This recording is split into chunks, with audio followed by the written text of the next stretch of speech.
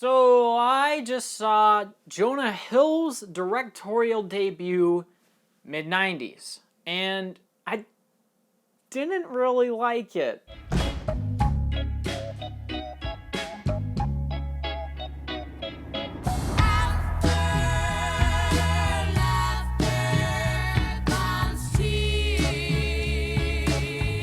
This is a movie that I was looking forward to for quite some time because of the reception of it, because I really like Jonah Hill. Through most of the movie, I actually really did enjoy it. I thought it was pretty good. But at a certain point, the movie completely lost me. And we'll get into that more later.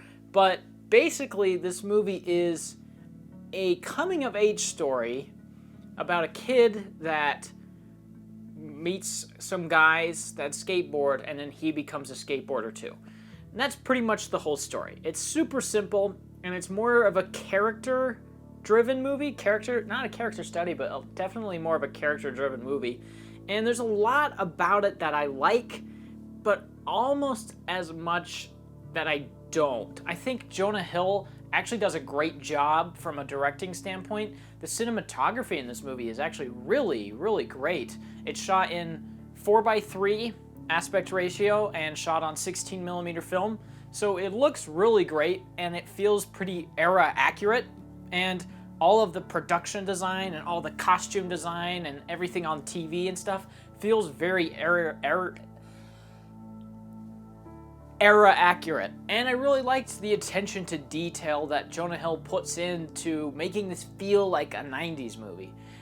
Even though there's some nostalgia baiting a little bit at the beginning, it doesn't ever feel like he's taking cheap nostalgia and using it to bring in an audience. He's not using cheap nostalgia to market his movie like a different movie I saw this year was. I really liked the subdued nature of the movie. A lot of times when an actor turns to a director, they try to do too much, or they try to do not enough. And I think Jonah Hill strikes a pretty great balance between the two here. And there are some times when it's just a simple lockdown shot and it gets the most out of the scene. And then there's sometimes when there's extreme close-ups that get the most out of the scenes, or tracking shots or crane shots. And everything from a technical perspective, like I said, is probably the best stuff in this movie. And the score from Trent Reznor and Atticus Ross of The Social Network, Girl with the Dragon Tattoo, and Gone Girl fame, their score here is amazing as well. It's not what I expected it to be for this mid-90s skateboarder movie. It's very elegant. So let's go. That's why we ride a piece of wood, like what that does to somebody's spirit. And I think the chemistry between the actors is actually really fun to watch. I really enjoyed the characters interacting with each other, mainly the group of friends. And I think for real skateboarders turned actors, I think they do a really good job too. I think for the most part, their performances are pretty dang good. They're actually better than Lucas Hedges in this movie, I think, but we can talk about that in a minute. And our main character, who is sort of an understated kind of not very talkative character, I think he did a good job as well. Everyone except Lucas Hedges does a really good job of selling this movie, and all of their characters I really liked. There's a lot of really interesting stuff with each and every character. You learn about midway through the movie that each character sort of has one or two defining features that really make them who they are, and it was a really nice touch that Jonah Hill puts in to the characters. There's some characters that really don't have that much screen time, but after you learn what you learn about them, it makes them so much more interesting. They say that Ruben, the kid that initially takes our main character under his wing, doesn't like to go home, or likes to go home after his mom is asleep because she gets super wasted and then just abuses her kids. And then once you learn that, you completely understand the character. And each one of them has something like that, where you understand where they're coming from and you understand their motivations throughout the movie and why they do certain things. Everything that the character does from that point on and looking back from that point makes sense. And I really loved what Jonah Hill does with Lucas Hedges' character as far as writing goes, because he seems as this kind of standoffish kid that just wants to hurt his younger brother, but you learn as the movie goes on that he's just this lonely, traumatized kid that's put up walls around him to protect himself from being hurt some more. And that is so great. That is such an engaging character to have in your movie. And I honestly wish we saw more of this character, because he was so interesting to watch. Every time he was on screen, there was something new that I noticed about him that made me want to watch a movie about him specifically, because it was so fascinating to watch this character. But that being said, Lucas Hedges sucks in the movie. You think you're pretty cool. With your ghetto-ass friends. You good? And it kind of ruins that character, which kind of will kick off the negatives of this movie, because I think the portrayal of him by Lucas was abysmal. He cannot emote in this movie. I'm usually fine with him. I liked him in 3 Billboards, but he is so awful in this. There's one scene where he's chasing his brother around the kitchen, and then he tackles him and like punches him a couple times, and then immediately puts his shirt over his head and just starts screaming and crying. And I was like, he put his shirt over his head so that you couldn't tell that he sucks at emoting, because for the rest of the movie, he has like one facial expression at any given point. It's just... Throughout the movie, there's just a lot of little things that I was like, oh, wow, I don't know why you did that. Like at the beginning, I mentioned this earlier, but the first 5-10 minutes, it feels very nostalgia baity, because Lucas Hedges tells Stevie, our main character, not to go in his room.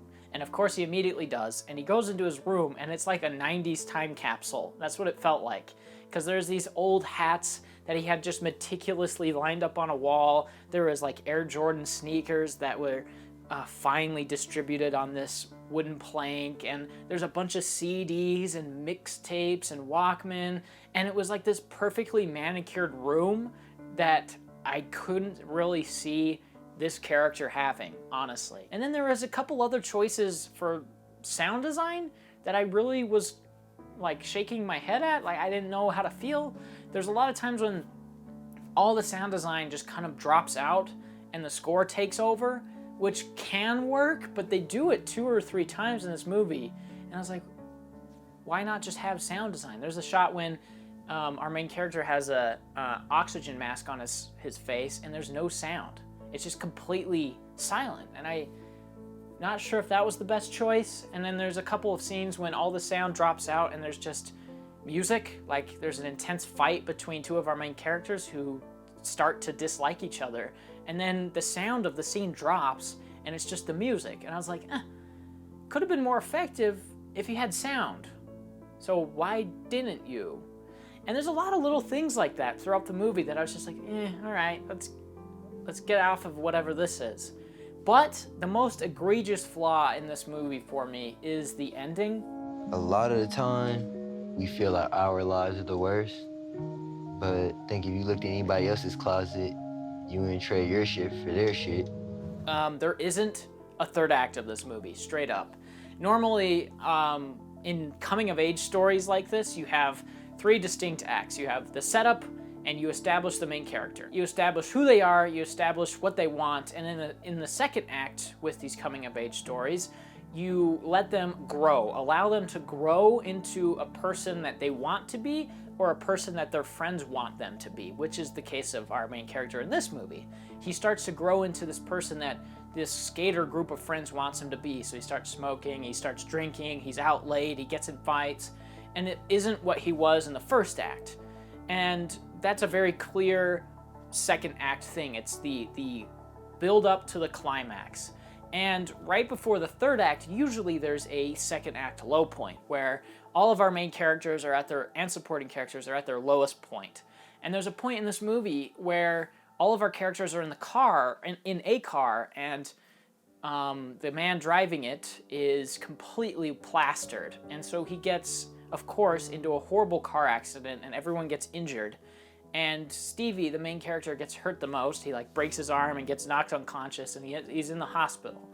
And all of the friends end up at the hospital waiting to see him, and they go into the hospital room, and one of them shows a video that he's been taking throughout the movie of the shenanigans that they've been getting into, and it's shot on that like bubble lens and on a prosumer camera, and it shows just this montage of them having a good time and having parties and stuff, and then the movie literally hard cuts to credits and it's over. And I said, oh, there's no third act. Okay. And that was shocking. I couldn't believe it. I could not believe that they left it at that point. That was probably the worst spot they could have left this movie at, because you just had a horrific accident happen that could tear apart the group or bring them closer together because of how horrible it was. And they just don't show that. They just show the direct aftermath of the car accident, and then the movie just kind of ends. It's literally a coming-of-age story without the coming-of-age part, because he starts to grow into this person that his friends want him to be.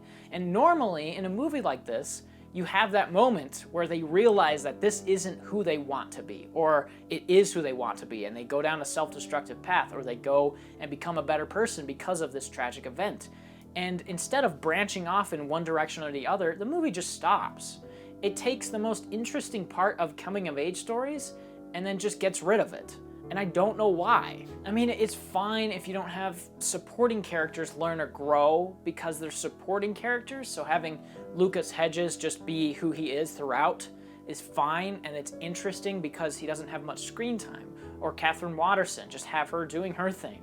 But the main character needs to learn and needs to grow from things. And they flat out don't. And that was the worst aspect of this movie, because I really loved the setup.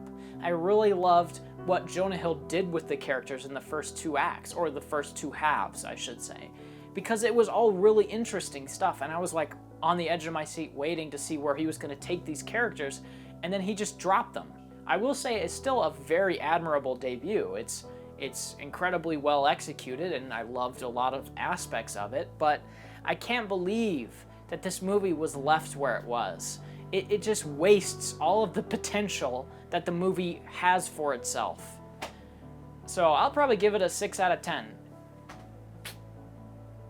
It's really too bad. I really, really wanted this to be great, but it's not.